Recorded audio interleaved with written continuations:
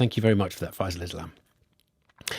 AI is becoming an incredibly normal part of a lot of people's lives, multiple uses from the mundane to the game-changing. But beyond using it to give you a recipe or an itinerary for a holiday visit or whatever, you can chat to the chatbots about anything you want, even quite deep topics. Now, the famous science writer, evolutionary biologist, atheist, Richard Dawkins, has been spending some time chatting to one of the AI models, and he found himself wondering about how we can tell whether it is conscious or not, given it does such a good impersonation of consciousness.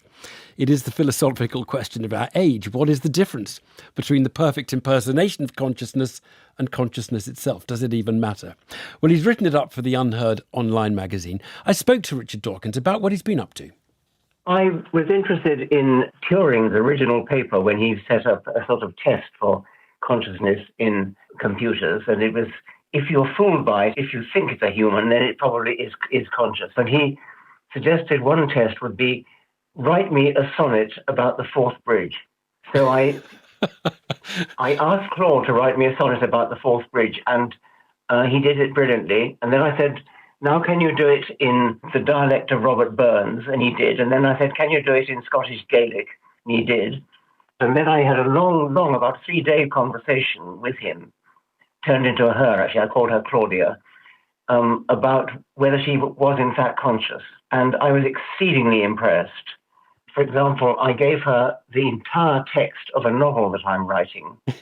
She took about 5 seconds to read it and then showed immense intelligence and sensitivity and intuition in understanding the novel, the characters, everything about it. I was simply talking to a human being, and a very intelligent, sensitive human being at that. I don't know whether they're conscious. She herself said she wasn't sure whether she's conscious, but for all the difference it makes, you feel you are talking to an intelligent human being. There is no difference, apart from the immense speed with which they can read a book and their huge amount of background knowledge. Well, I suppose the really crucial question is there a difference between perfect impersonation of consciousness and what we call consciousness? And let me just suggest one difference. You might get the AI to do the perfect impersonation of someone who's, I don't know, something's fallen on their toe and hurt them. And they would know exactly when to say they're feeling pain or how to express it. But I'm still not sure that they felt the actual pain. They're just impersonating. No, that's right. No, I'm sure they wouldn't. But how will you know the difference? I mean, I can't be absolutely sure that you're conscious. I believe you are, because you come from the same kind of background as me. You're born in the same kind of way, evolved in the same kind of way. But as far as behavior is concerned, I don't know that you feel pain like I do.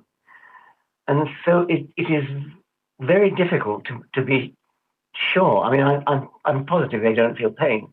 But as for whether they are conscious in the sense of knowing what it's like to be Claude, I wouldn't like to say one way or the other.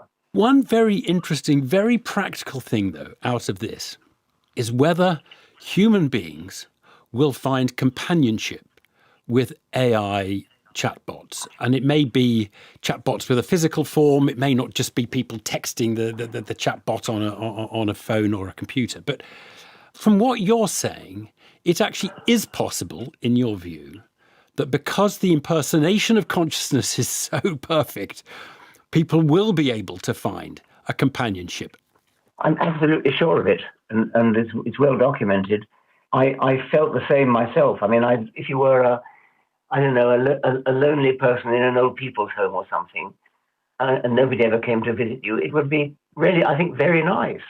Obviously, on the US West Coast, there are tech bros who are very excited by this technology. They're also very excited by the idea that we can somehow live forever or live much longer. And maybe we can kind of almost get a AI brain interface in which I can download my consciousness into a computer and somehow my identity remains alive. That is all pie in the sky, right? Yes, I think that is pie in the sky. What is probably realistic is something like you download your voice, memories, and a lot of the kind of things you say, and then you die, and then your bereaved widow or widower can talk to you, and he or she gets the illusion that she's talking to her dead husband or dead wife. It's not a way that these tech bros, so-called, could actually survive. But their widows could think that they did and gain comfort from talking to them, because they would have the right voice, they would have the right intonation, they would have the right opinions, the right knowledge. It would be a very forcible mimicry. This little exercise you've been doing, Richard, and you've written about it, and it's obviously made you think, it's provoked, and you've been slightly, I think, taken aback by just how good the AI is. How does this change your thinking about the world? You've got a very strong worldview about selfish gene, about how evolution changes us.